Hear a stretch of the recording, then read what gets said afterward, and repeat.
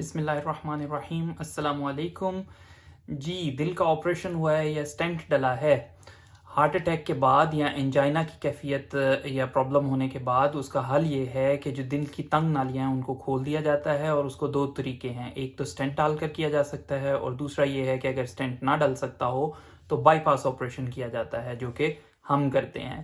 تو آج ہم آپ کے ساتھ ڈسکس کریں گے جی کہ اگر ریسنٹلی آپ کا دل کا آپریشن ہوا ہے، بائی پاس یا سٹینٹنگ ہوئی ہے، تو اس میں کون سی ایسی 5 احتیاطیں ہیں جو آپ کو لازمی کرنی ہیں، اور یہ احتیاطیں امریکن ہارٹ ایسوسی ایشن کی گائیڈ لائنز کے عین مطابق ہیں، اور بہت سارے لاکھوں کروڑوں مریضوں نے اس سے فائدہ اٹھایا ہے۔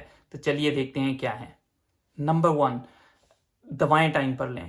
ایسپرین، بیٹا بلاکر اور سٹیٹنز۔ ایسپرین جو ہے وہ خون پتلا کرنے کی دوا ہے، بیٹا بلاکر جو ہے وہ دل کی دھڑکن کو سست کرتی ہے اور اس کی رفتار کو ایسے سمجھ لیں کہ بڑھنے نہیں دیتی، اور سٹیٹنز جو ہیں وہ کولیسٹرول کو کم کرتی ہیں۔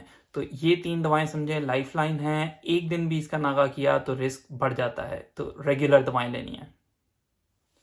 نمبر 2، چہل قدمی کریں، موبلائز کریں، چلتے پھرتے رہنا ہے، بستر میں نہیں پڑے رہنا، کیونکہ اس سے کیا ہوتا ہے، بستر میں لیٹے رہنے سے بہت سارے مسائل ہوتے ہیں، خون کے لوتھڑے جمنے لگتے ہیں، خون کی نالیوں میں خون جمنے لگتا ہے، اور مسل ویسٹنگ شروع ہو جاتی ہے۔ ایک دن بھی اگر بیڈ میں رہیں اور باہر نہ چلیں تو مسلز جو ہیں وہ لوز ہو جاتے ہیں، ان کا ماس کم ہو جاتا ہے۔ تو آپ نے دل کی سرجری یا آپریشن کے بعد 2 سے 3 دن کے بعد ہی چلنا شروع کر دینا ہے، کیونکہ جو دل کا درد تھا وہ تو سارٹ آؤٹ ہو چکا ہے، اب وہ پین نہیں کرنا چاہیے اور آپ کو موبلائز کرنا ہے۔ تھرڈ تھنگ ہے جی فوڈ، غذائیں کیا لے رہے ہیں۔ اس میں آپ نے چکنائی، فرائیڈ، مٹھائیاں، میٹھے، یہ سب چیزوں سے پرہیز کرنا ہے اور سنت والی غذاؤں کو اپنانا ہے۔ شہد بہت اچھا ہے، اگر آپ ڈائبیٹک نہیں ہیں یعنی آپ کو ذیابیطیس نہیں ہے تو شہد ایک بہت اچھی خوراک ہے۔ اس کے علاوہ زیتون کے تیل کا استعمال کریں، اس سے اچھا کولیسٹرول بڑھتا ہے۔ کلونجی کا استعمال کریں، اس سے انفلیمیشن کم ہوتی ہے اور سوزش کم ہوتی ہے۔